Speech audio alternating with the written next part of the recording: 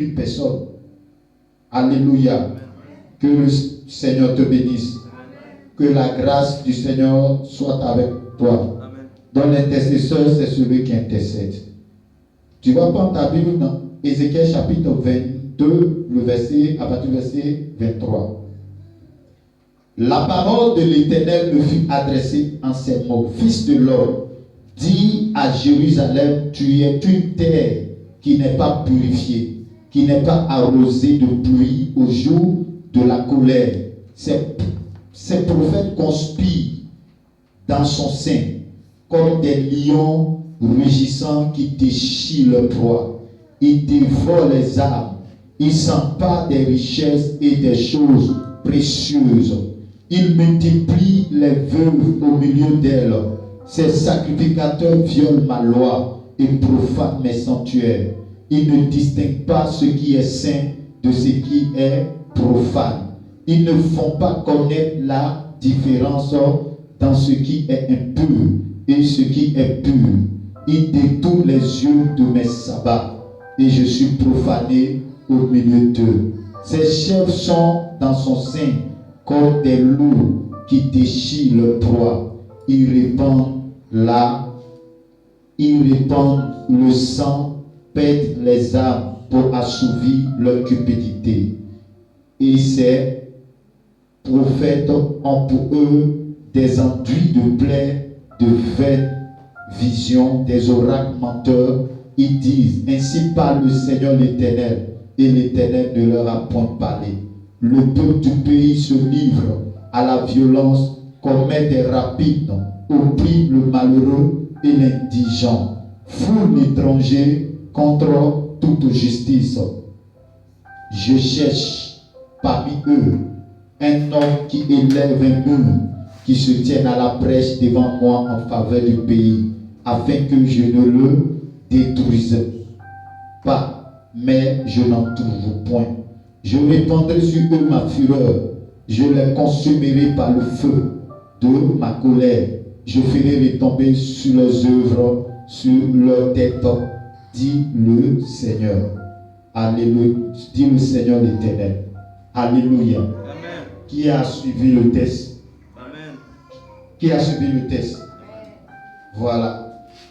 Je vous explique rapidement le test et puis nous allons continuer. Ici, il s'agit de Jérusalem. Et c'est l'Éternel qui parle au prophète Ézéchiel. Alléluia. Et la Bible nous dit que le peuple de Jérusalem a commencé à pécher. Ça a commencé d'abord par les prophètes. Par les prophètes qui ont commencé à se détourner de la voie de l'Éternel. Et la Bible dit que si les prophètes qui sont les gardiens qui doivent intercéder, prier pour la nation, pour le peuple, ne le font pas et qu'ils sont là pour appauvrir les âmes, pour assujettir le peuple qui dirige. À ce moment précis là, cela veut dire que le peuple ne sera plus équilibré. Donc le diable peut commencer à les frapper. Alléluia. Amen. Que Dieu te bénisse. Amen. Et la Bible dit que ces prophètes-là, qui sont dans la nation, ils ne faisaient plus la volonté de Dieu. Ils étaient devenus comme des lions rugissants. Et ils ont commencé à déchirer le peuple de Dieu. Ils ont commencé à faire du mal au peuple de Dieu. Alléluia. Et après eux, qu'est-ce qui va se passer? C'est les sacrificateurs également, à leur tour, qui ont commencé à profaner également le sabbat de Dieu. Et ça, cela se passe à Jérusalem, la capitale d'Israël. Alléluia. Or, nous savons que Jérusalem, ce n'est pas une petite ville. Jérusalem, c'est une ville de Dieu. Jérusalem, c'est une ville où on prononce le nom de l'Éternel des armées. C'est une ville adoratrice de Dieu. Et si les prophètes commencent à mal vivre, les sacrificateurs commencent à mal se comporter, cela peut attirer la colère de Dieu sur la nation. Alléluia. Et après les sacrificateurs, la Bible dit que ce sont les chefs du peuple également qui ont commencé à faire du mal dans la nation. Ils ont commencé à détruire. Lorsque nous lisons le verset 27, il dit, ces chefs sont dans son sein comme des loups qui déchirent leur proie. Donc, les chefs du peuple ont commencé à déchirer, ont commencé à détruire des vies, ils ont commencé à tuer, ils ont commencé à faire des sacrifices même humains. Alléluia. Alléluia. Amen. Tout ça pour de la richesse, tout ça pour de la gloire vaine. Et ça ne va pas s'arrêter seulement à ces 3 couches sociales, mais ça va descendre jusque dans la population même. Et la Bible dit que le peuple du pays, le verset 29, le peuple du pays se livre à la violence, commet des rapides, opprime les malheureux et l'indigent, fout l'étranger contre toute justice. Alléluia. Donc, ce qui a commencé à dégringoler par la tête des autorités, la tête des autorités spirituelles, ça atteint les autorités séculières et ça a commencé à atteindre le peuple de Dieu. Et le peuple a commencé à mal vivre, le peuple a commencé à mal se comporter, le peuple a commencé à mal se comporter, le peuple a commencé à mal se comporter. Alléluia. Alléluia. Et lorsque le peuple a commencé à mal se comporter, la Bible nous dit que pour le peuple là c'était grave. Eux-mêmes, ils ont commencé à utiliser la violence. Ils ont commencé à arracher les terres des gens. Ils ont commencé à arracher les biens des gens par la force.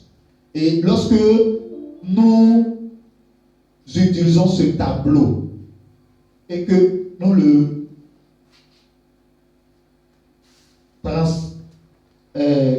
translatons dans notre nation, la Côte d'Ivoire, nous voyons que c'est la même chose qui se passe en Côte d'Ivoire.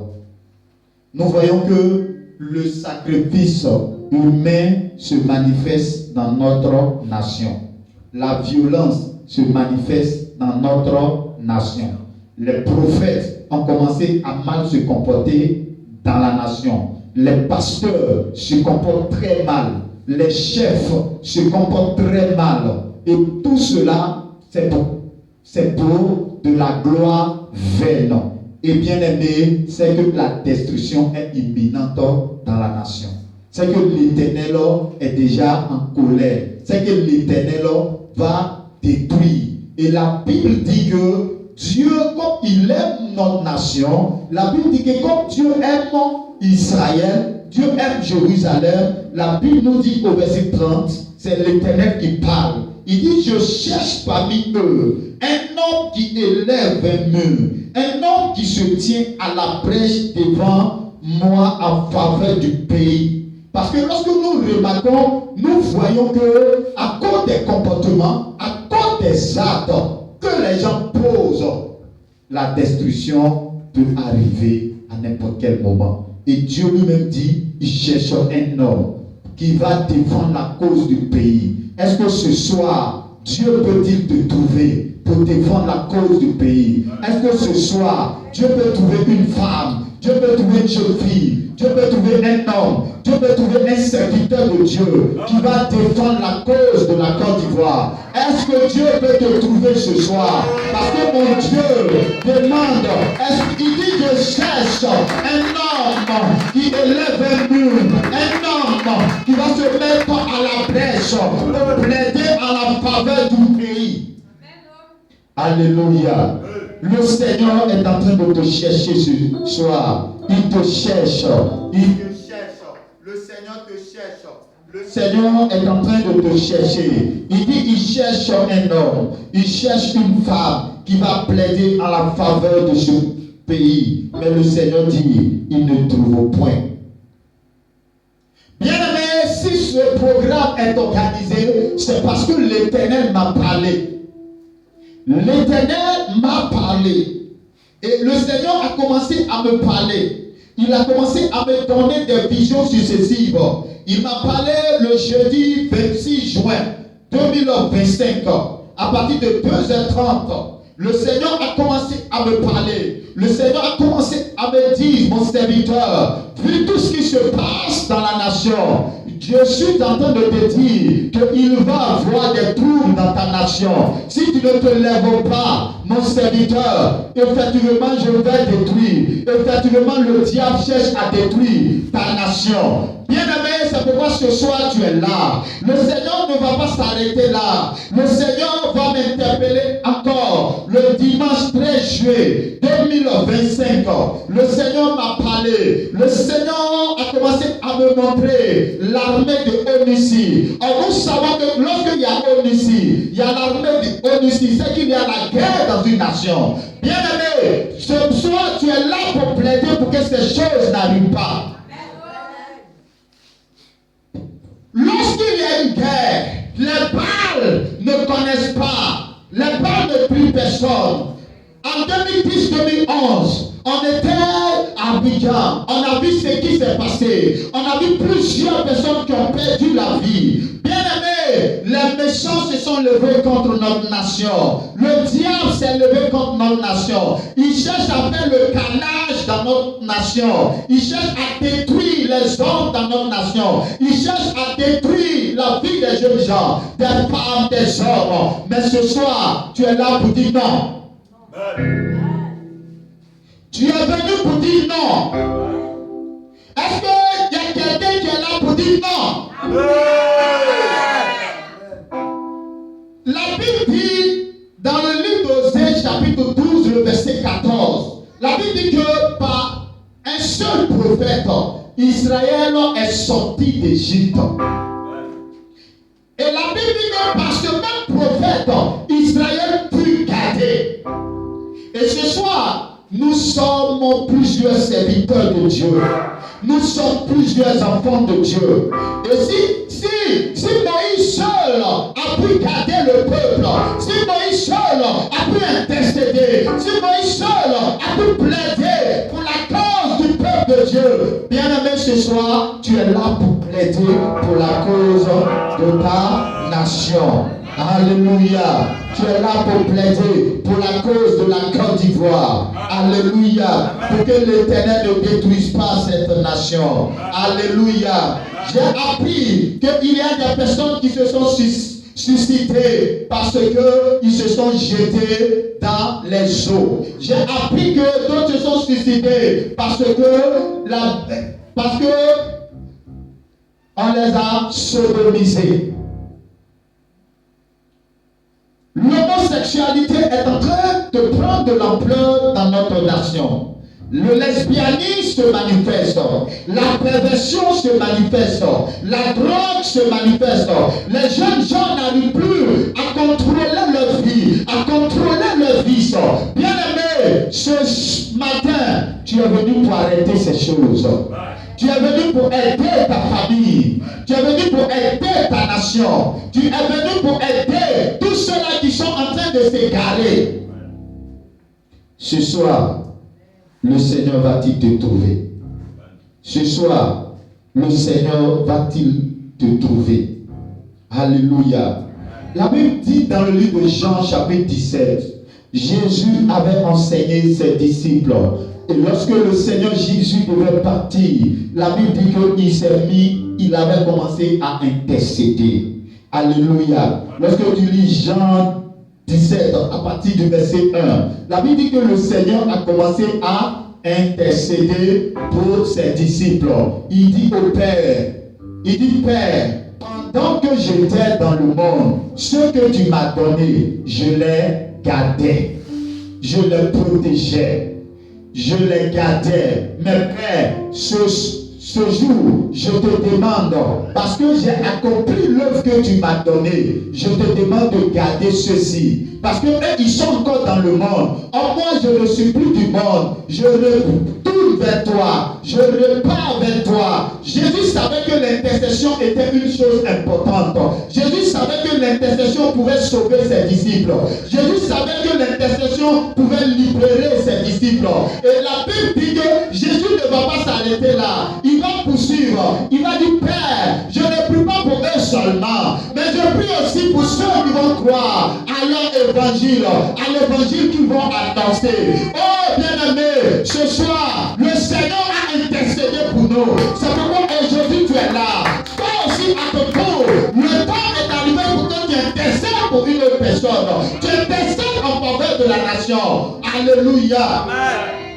Jésus a payé le prix. Et lorsqu'il a payé le prix de nos péchés, la Bible dit que Jésus est ressuscité et il est remonté, il est assis à la droite du Père. Mais même à la droite du Père, comme il sait que l'intercession est très importante, la Bible nous dit que le Seigneur continue d'intercéder pour nous dans le livre d'Hébreux chapitre 7.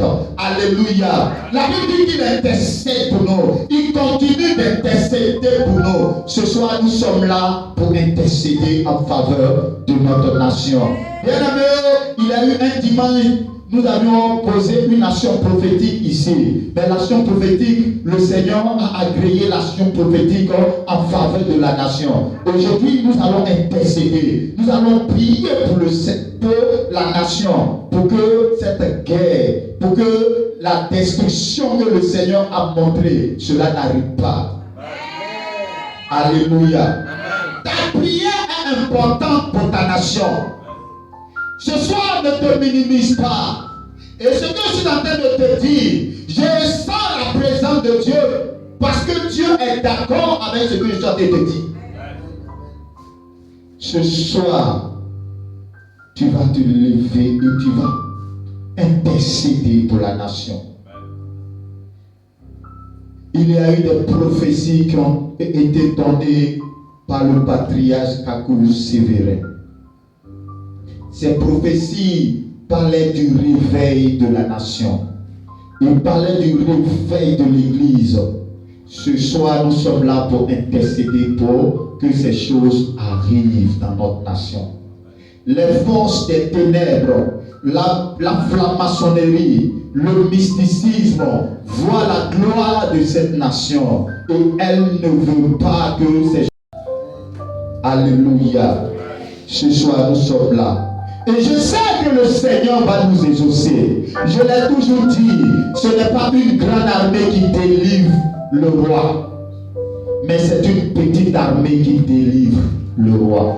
Alléluia. Est-ce que tu peux te tenir debout et donner une offrande d'acclamation à Jésus?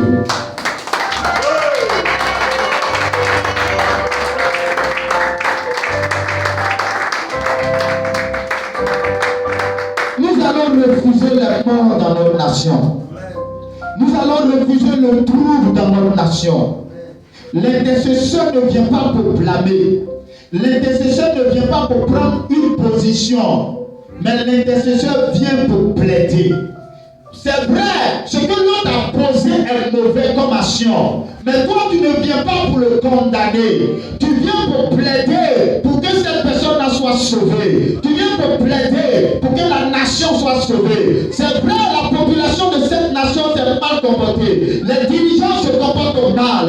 Mais ce soir, nous sommes là pour plaider pour ne pas que Dieu détruise la nation. Alléluia. Alléluia. Alléluia. Alléluia. Alléluia. Est-ce qu'il y a des hommes de paix ici ce soir? Est-ce qu'il y a des femmes de paix ici ce soir? Est-ce qu'il y a des hommes de paix ici ce soir? Bien-aimé, si tu es un homme de paix, tu vas pousser des cris de joie. Alléluia.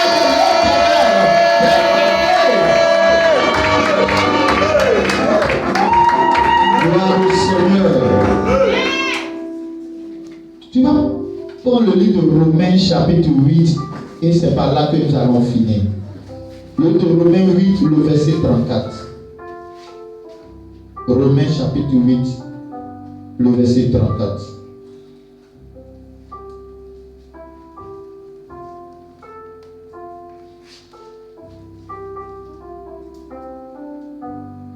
Romains chapitre 8, le verset 34 que je lis.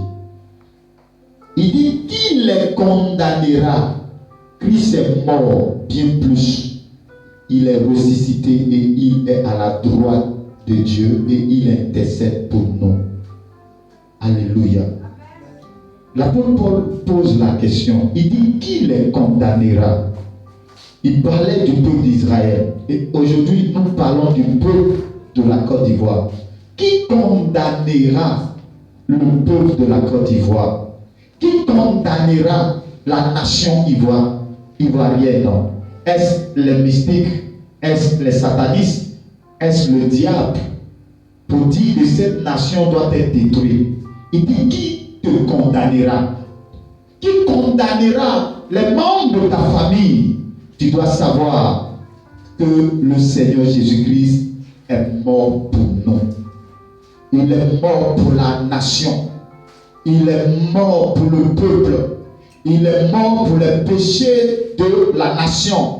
Il est mort pour toi-même tes propres péchés. Et le Seigneur dit ce soir que nul ne peut te condamner parce qu'il est mort pour toi. Et de surcroît, il n'est pas mort seulement, mais il est ressuscité d'entre les morts. Et il a le pouvoir sur la mort et sur la vie. Alléluia. C'est pourquoi tu ne mourras pas. Tu vivras pour raconter les œuvres de l'Éternel.